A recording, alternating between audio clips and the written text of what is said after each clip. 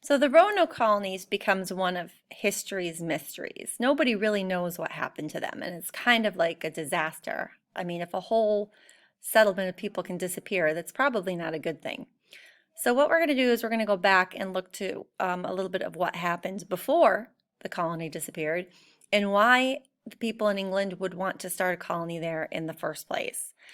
This reading that we're going to look at today comes from a book titled You Wouldn't Want to Be an American Colonist, a settlement you'd rather not start.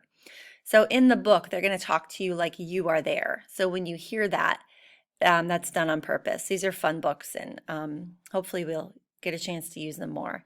So let's read together and see why the English are in America. It's the end of the 16th century, and Elizabeth I is Queen of England. Okay, by the way, 16th century, that is the 1500s. So the year 1501 to 1599 is the 16th century. She has defended England against Spain, the biggest power in Europe. Spain is strong and very rich.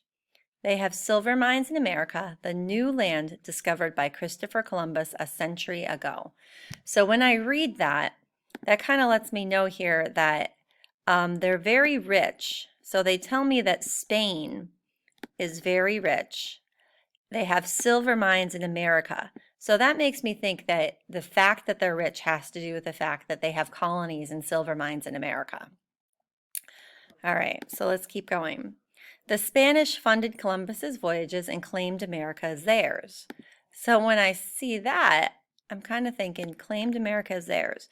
So the Spanish, because they funded or paid for Columbus, they're saying that all this belongs to them.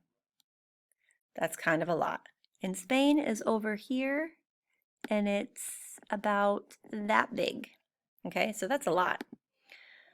However, so however is kind of like a fancy word for but. So basically they're saying they claimed America as theirs, but America is huge and Spain can't control it all. The French, Dutch, and English are there too, exploring north and staying out of Spain's way. They also want America's gold and silver. I would have to think that the reason that they're staying out of Spain's way, like right here, staying out of Spain's way, I have to think the reason they're doing that is because Spain is strong and rich, and they're claiming America as theirs. And these countries, the French, Dutch, and English, probably don't want Spain to know that they're there because they also want America's gold and silver for themselves. So they don't want Spain to try to kick them out because Spain thinks they own it all, and Spain's very powerful. So it seems like to me like they have to sneak around a little bit. Okay, this sounds good to you. You want to join the next trip to start an English colony. If you knew what hardships and struggles lay ahead, you certainly wouldn't want to be an American colonist. We're just going to zoom in a little on this map. Okay, so England over here.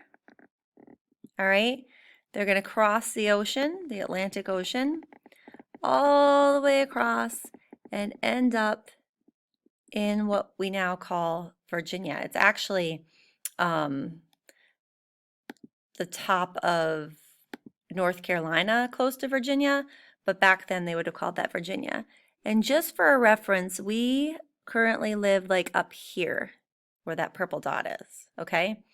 And most of the Spanish colonies are down to the south. So even though Spain says they own it all, most of their colonies are down in South America, Central America, in kind of the Texas, Mexico area over here off the map. Okay, that's kind of where Spain is.